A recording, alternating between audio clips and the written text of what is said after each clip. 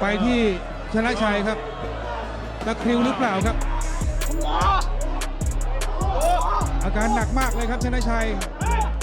เหมือนกับหมดแรงนะครับเพราะว่าเดินมา Isang boksingero na mula Iligan City, Lanao del Norte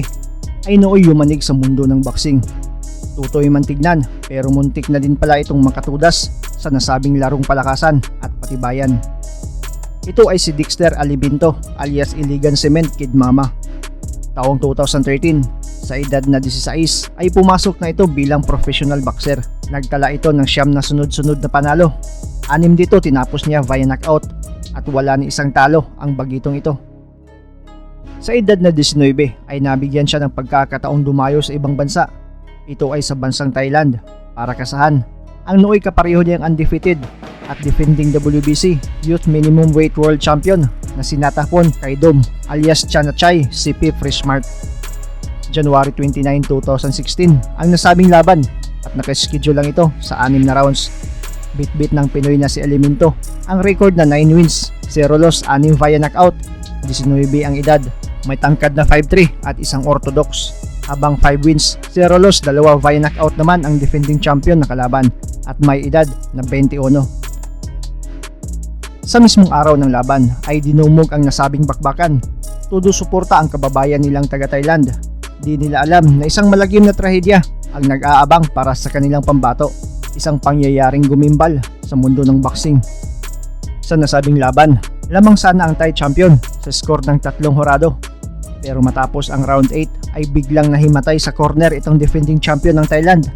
Agad naman itong isinugod sa ospital at napag-alamang nagkaroon ito ng brain damage. Nagdugo ang utak at na-ICU. Diniklarang panalo ang Pinoy sa laban at nakuha ang titulo.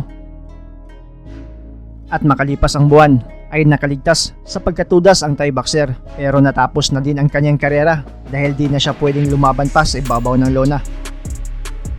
Ating balikan ang nakakagimbal na laban ng dayong Pinoy na si Dexter Alimento kontra defending champion ng bansang Thailand. แรงเลยครับคู่นี้ถูกคู่นะครับ7 ครั้งชนะน็อก3 ครั้งนี่นะครับต้องยอมรับเลยทีเดียววันนี้ท่านดร.พงศ์นะครับวิเศษวันนี้ครับขุนพลของทางเพชรยินดีบ็อกซิ่งโปรโมชั่นนะครับ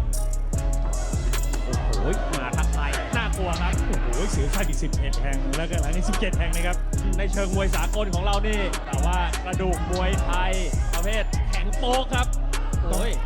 คู่นี้สะใจจริงๆนะครับห้ามกระพริบตาเด็ดขาดเลยเดี๋ยวจะคุยกับเขาไม่รู้เรื่องด้วย นี่คือศึกยอดมวยโลกจะ นี่เป็นแชมป์เยาวชนของสภามวยโลก WBC นะครับโอ้โหไม่ได้นะอย่ารับนะชนะชัยอย่ารับนะ น่ากลัวจริง เอานะครับเรา 21 โอ้โหต้องยอมรับเลยถูกคู่จริง ๆต้องบล็อกให้ดีครับต้องบล็อก ๆแต่สอบผ่านไหมวันนี้ ต้องบล็อกครับต้องบล็อกให้ดีครับหมดยกที่1ได้ครับชมกันต่อ อ้าวลุ้นยก2นะครับวันนี้ท่านไก่ย่าง5 ดาวลุงศรีลีน่าด้วยครับอ้าวบนเวทีเลย รีบร้อนไปหรือเปล่าครับชนะเราเข้าไปโดนครับ โอ้ยเสียวไส้มากเลยน้องบอลครับแม่เพียงแค่ยก2ครับลูกเกมมันคู่ขี้แหละครับ จะมาเป็นมวยขวาโอ้โหเปิดหน้าแรกกันแล้วครับ มาดูนะตอนนี้ เขาก็เริ่มบล็อกลำตัวครับชนะชัย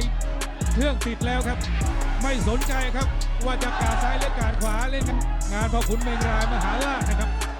ดู กิจกรรมขับเคลื่อนความสุขของโตโยต้ามอเตอร์ประเทศไทยจำกัดนะครับจัดป่วยแบบนี้ให้ชมเลยครับโอ้โหระดับแชมป์โลก เขาต่อยบนเราต่อยล่าง อ้อมใจของแฟนๆเลยครับชกแบบนี้ครับชนะชัย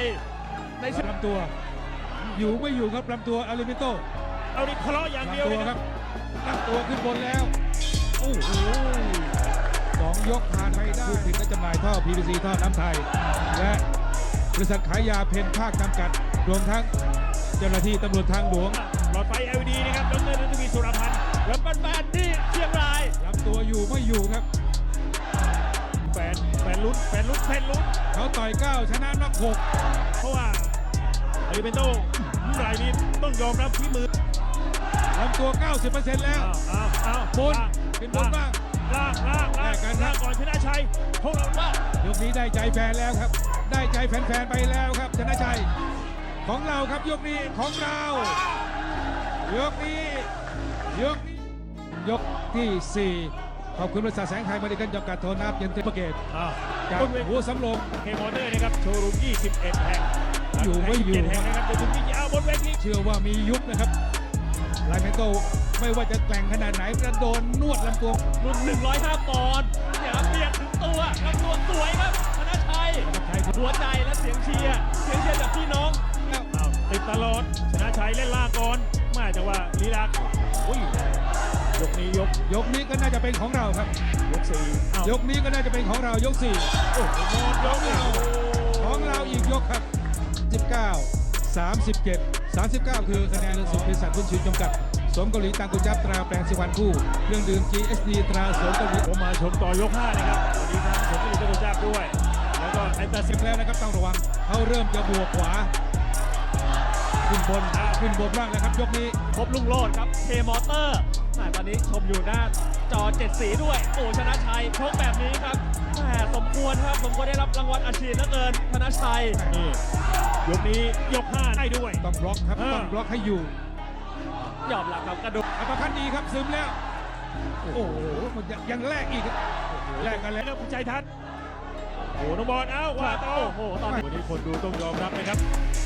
ตารางนิ้วแน่นไม่หมดนะครับที่จังหวัดเชียงรายวันนี้ โอ้โหมา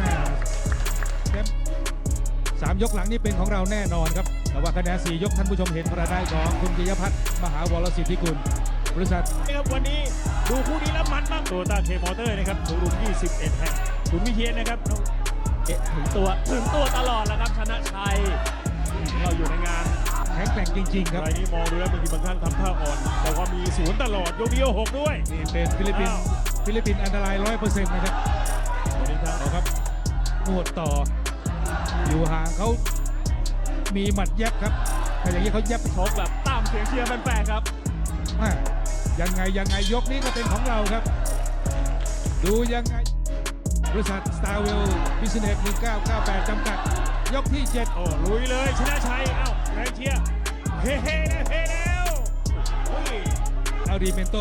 ต้องชมคนสั่งด้วยนะครับ ว่าสั่งของเจ๋งๆ มาให้ธนชัยเคี้ยวลำบากมาก ลุงดาวลุงที่อยากจะฝากแฟนๆไว้เลยครับ แต่ต้องไม่ชนะครับ ชนอย่างเดียว